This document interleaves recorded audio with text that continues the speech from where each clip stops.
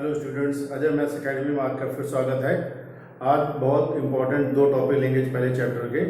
पहला real number, दूसरा Euclid division lemma. तो हम लोग सीधे टॉपिक पे आते हैं। रियल नंबर, जिनको वास्तविक संख्याएं भी कहते हैं। रियल नंबर क्या होता है? जैसा कि नाम से ही पता चल रहा है, वास्तविक संख्याएं या रियल नंबर वो संख्याएं होती हैं जिनको हम गणित की जो भी कैलकुलेशन होती है उसमें यूज करने वाले जितने भी प्रकार के नंबर होते हैं, वास्तविक जो होते हैं, उन्हीं को हम लोग रियल नंबर कहते हैं। जैसे इसको समझने के लिए थोड़ा हमको पीछे जाना पड़ेगा कि हम लोगों ने पढ़ा था इससे पहले, आपने प्राकृतिक संख्याएं पढ़ा था, जिसको हम लोग एन से डिनोट करते थे। और इसमें कितने नंबर आते थे? 1 से लेकर स्टार्ट होकर इनफाइनाइट तक, इनको प्राकृतिक संख्या बोलते थे। इसके बाद पूर्ण संख्याएं हम लोगों ने पढ़ी थी पिछले क्लासेस में। पूर्ण संख्या क्या होती है? पूर्ण संख्याएं यानी होल नंबर, जो पूरे नंबर होते हैं। जब प्राकृतिक संख्याओं में हम लोग जीरो को शामिल कर लेते हैं तो इसको हम लोग पूर्ण संख्याएं बोलते हैं। तो ये 0 से स्टार्ट होती है और इनफाइनाइट तक जाती हैं। इसके बाद आती है पूर्णांक संख्याएं।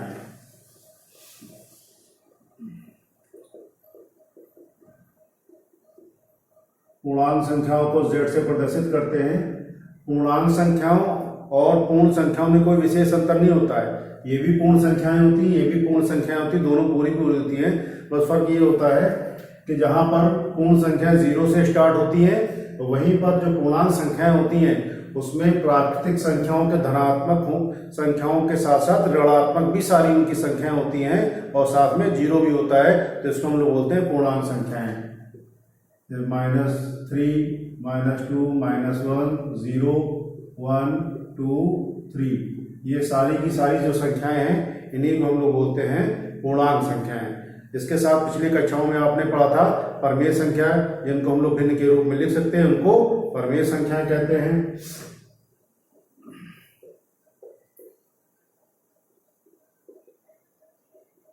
परमेय संख्या, इनको हम लोग Q से प्रदर्शित करते हैं।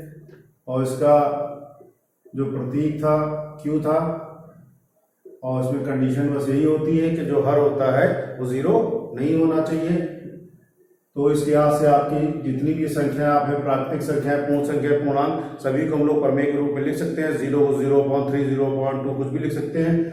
तो अगर हम लोग ध्यान से देखें तो परमेय संख्याओं में आपकी प्राकृतिक संख्याएं, पूर्णांक संख्याएं और पूर्ण संख्याएं सभी की सभी आपकी ये परमेय संख्याओं के अंतर्गत आती हैं।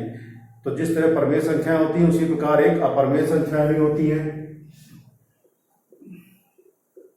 अपरमेय संख्याओं को हम लोग कैपिटल P से प्रदर्शित करते हैं। इनमें वो संख्याएं होती हैं जिनको हम लोग परमेय संख्याओं के रूप में यानी कि भिन्न के रूप में नहीं लिख सकते हैं। जैसे आपकी अंडर रूट की संख्याएं, √5, √7, 1/√2, ये सभी क्या है? ये परमेय संख्याएं। इसके साथ साथ पाई को भी हम लोग परमेय संख्या बोलते हैं। इसका मान 3.14 या 22/7 होता है, लेकिन ये एग्जैक्ट वैल्यू नहीं है ये, इसलिए पाई भी अपरमेय संख्याओं के अंतर्गत रखा जाता है। तो ये वो सारी संख्याएं हैं जो हम लोग गणित की जो है गणनाओं में, कैलकुलेशन में यूज करते हैं।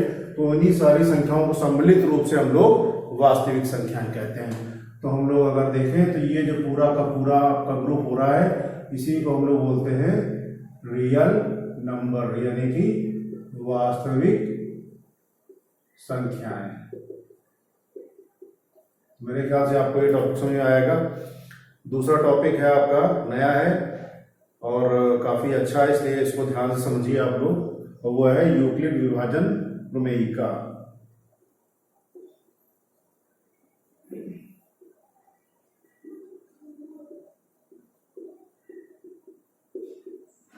इसको हम लोग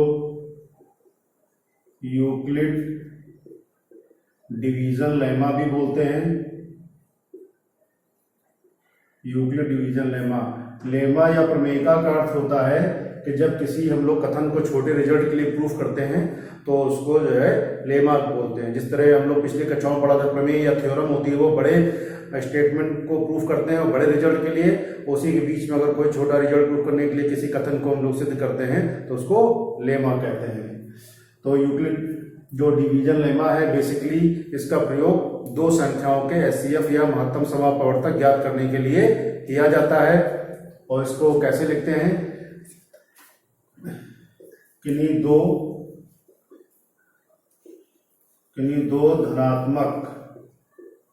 धनात्मक ए व बी के लिए कंडीशन यहाँ पर ये है कि ए का मान बी से बड़ा होना चाहिए, यानी ए बी से बड़ी संख्या होगी। देयर एग्जिस्ट, यानी इन दो ए और बी के लिए दो यूनिक संख्या होती हैं, क्यू और आर। किस प्रकार होती हैं, सच दैट ए बराबर बी क्यू प्लस आर, जहां आर का मान बी से छोटा और 0 से बड़ा या 0 के बराबर होता है। अब ये जो लिखा है ये वास्तव में है क्या, पिछले कक्षाओं में हम लोगों ने जब पढ़ा था तो जब भाग को सत्यापित करते थे तो हम लोग क्या लिखते थे, भाज बराबर भाजक गुणे भागफल प्लस शेषफल, या अगर कहें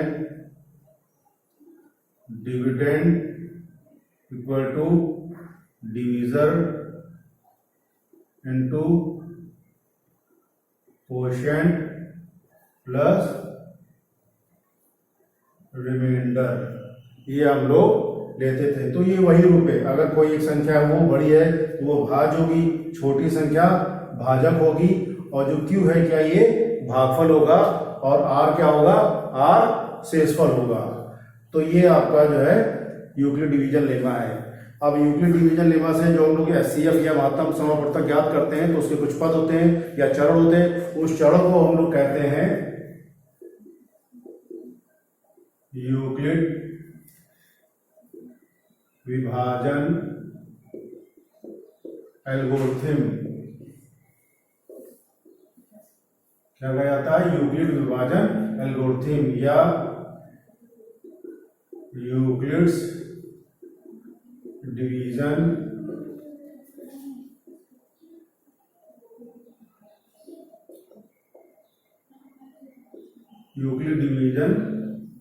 एल्गोरिथम बोलते हैं। इसके माध्यम से कैसे हम लोग एचसीएफ निकालते हैं वो आपको बताएंगे। अगर दो संख्याएं हैं जहां पर ए बी से बड़ी है तो यूक्लिड डिवीजन एल्गोरिथम क्या कहती है कि ए बराबर बी क्यू प्लस आर, ये लिखते हैं।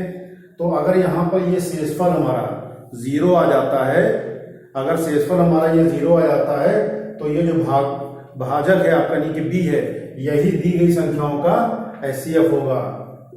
अर्थात यदि r बराबर 0 तो क्या होगा आपका b is HCF of a and b, यानी b जो है a और b का एचसीएफ होगा। लेकिन अगर मान लीजिए r का मान 0 नहीं हुआ तब क्या करेंगे, तो r का मान जब 0 नहीं हुआ तो अगले स्टेप में आ जाएंगे। अगले स्टेप में a के स्थान पर b आ जाएगा और b के स्थान पर जो शेषफल था वो r आ जाएगा।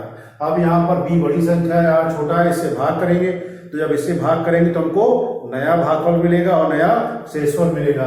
तो नया भागफल मान लीजिए q1 और नया शेषफल क्या हो गया, r1 हो गया है। और मान लीजिए यहाँ पर r1 क्या आ गया, अगर r1 जो है 0 आ गया, r1 0 हो गया तो हमने फिर किससे भाग किया था, r से। तो r से भाग किया तो अब r क्या होगा, दी गई संख्याओं a और b का एचसीएफ होगा। Implies that HCF of a and b equal कितना आ जाएगा, r आ जाएगा। इसके बाद भी अगर यहाँ पर मान लीजिए r1 0 नहीं आया तो फिर अगले स्टेप में आ जाएंगे। अगले स्टेप में क्या हो जाएगा, फिर वही हो जाएगा। अगले स्टेप में यहाँ पर r b के प्लेस पे आ जाएगा और r के प्लेस पर r1 आ जाएगा। तो जब r1 से r में भाग करेंगे तो नया हमको भागफल मिल जाएगा q2 और नया शेषफल R2 मिल जाएगा। अब मान लीजिए R2 0 आ गया, R2 अगर 0 हो गया तो यहां पर क्या हो जाएगा, ये HCF हो जाएगा। किसका, A और B का। संख्याएं वही रहेंगी क्योंकि A और B वही थे, लेकिन नहीं आता है तो फिर अगले स्टेप में आ जाएंगे।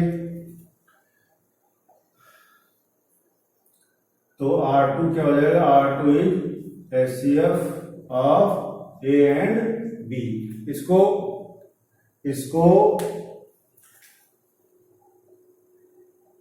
R2 आपका शेषफल था और भाग जो किया था वो R1 से किया, तो इसलिए आपका जो है R1 क्या होगा, HCF होगा। इसको क्वेश्चन के माध्यम से दिखाते हैं, क्वेश्चन के माध्यम से आपको पूरा समझ में आ जाएगा।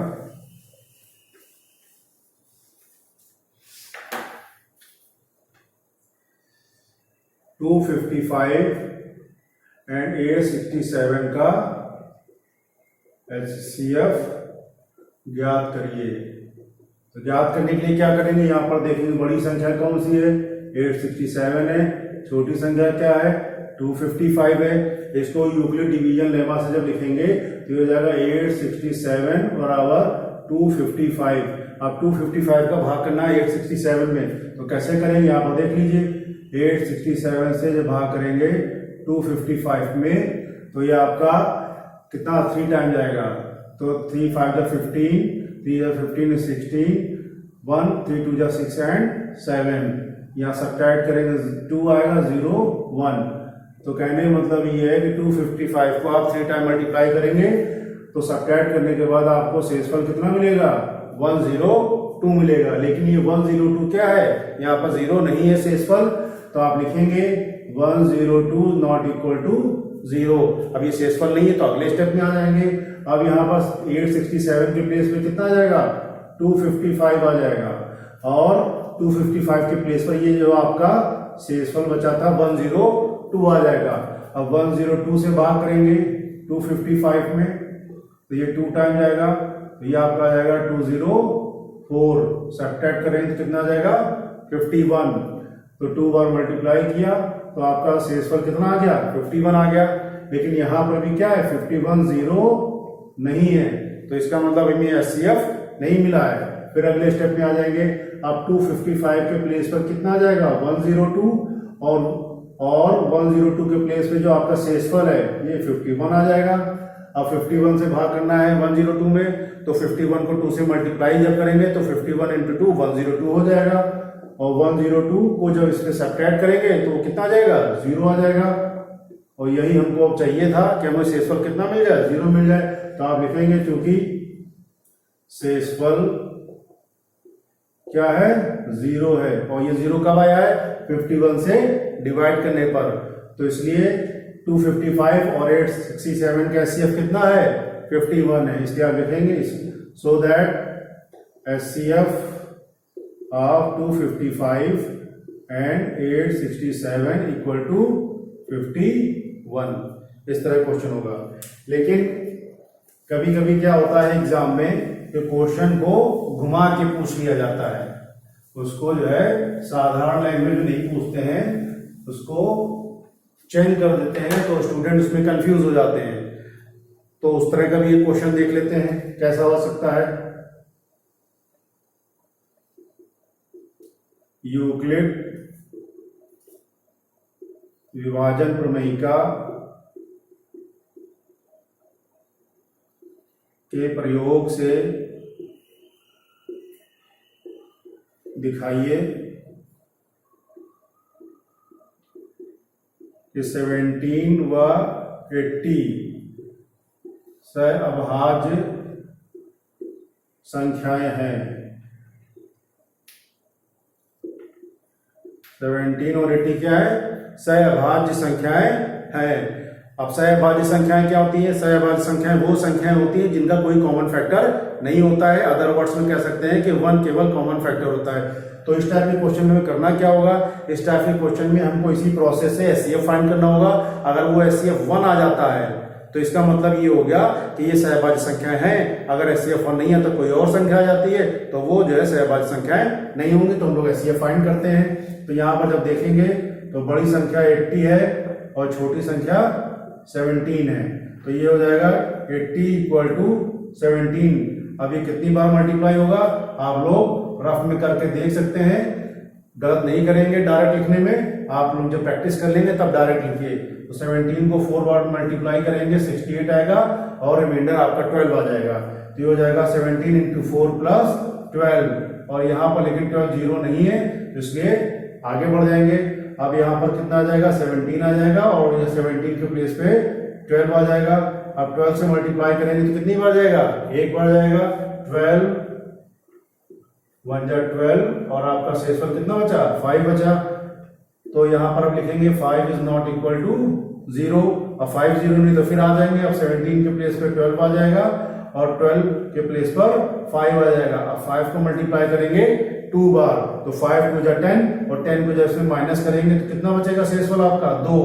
अब यहाँ पर जो आपका ये 2 है ये भी 0 नहीं है, तो 2 जीरो जब नहीं है तो फिर आगे क्या करेंगे, फिर एक स्टेप आगे बढ़ जाएंगे। अब ये 12 के प्लेस पर 5 आ जाएगा और 5 के प्लेस पर 2 आ जाएगा। अब 2 को 2 बार मल्टीप्लाई करेंगे 2 2 जा 4 और 4 को जब माइनस कर देंगे तो यहाँ कितना बचेगा 1, तो 1 भी 0 नहीं है। इसका मतलब अभी भी हमको एचसीएफ नहीं मिला है। अब आगे बढ़ेंगे तो अब आगे 5 के प्लेस पे कितना आ जाएगा 2 आ जाएगा और ये जो 2 है 2 के प्लेस पे कितना जाएगा शेषफल 1 आ जाएगा। अब 1 से डिवाइड करना है 2 में तो इससे आसान क्या होगा, आप 1 का टेबल पढ़िए तो 1 2 जा 2, रिमाइंडर कितना मिल गया 0 मिल गया। तो यहाँ आ जाएगा 1 2 जा 2 प्लस 0। तो हमने ये देखा कि लास्ट में 1 से डिवाइड करने के बाद हमको शेषफल कितना मिल गया 0 मिल गया। तो आप लिखेंगे क्योंकि शेषफल कितना आ गया 0 आया है, कहां पर 1 से डिवाइड करने पर, इसलिए आप लिखेंगे HCF of 17 and 80 equal to कितना आ गया 1 आ गया। तो 1 जब एचसीएफ आ गया तो इसका मतलब ये हो गया कि इनकी कोई और संख्या नहीं है, अर्थात यहाँ पर 17 और 80 क्या है सहभाज्य संख्या है। तो आप लिखेंगे अतः 17 व 80 सहअभाज्य संख्याएं हैं, और यही हमको प्रूफ करना था। ये क्वेश्चन प्रूफ हो गया है।